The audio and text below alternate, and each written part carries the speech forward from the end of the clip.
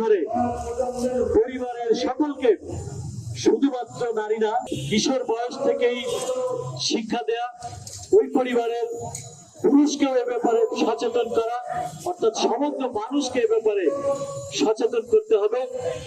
তার জন্য রাষ্ট্রের উদ্যোগে, স্বাস্থ্য মন্ত্রণালয়, স্বাস্থ্য অধিদপ্তরের উদ্যোগে ক্যাম্পেইন করতে হবে, নীতিমালা করে সমস্ত ঘরে ঘরে পৌঁছে দিতে হবে এবং তা কার্যকর করতে হবে। এই দাবি জানিয়ে পরিশেষে আবারও বলছি, শুধু নারীদের ইস্যু নয়, এটি আমাদের সমগ্র মানুষের ইস্যু, মানব জাতির, আমাদের সকল মানুষের ভবিষ্যতের সাথে, আমাদের ভবিষ্যৎ সন্তান জন্ম দেওয়ার স্বার্থে আমাদেরকে এ বিষয়ে অগ্রসর হতে হবে। আসুন সবাই সেই সচেতনতা, ইনস্ট্রুমেন্ট প্রাপ্তি এবং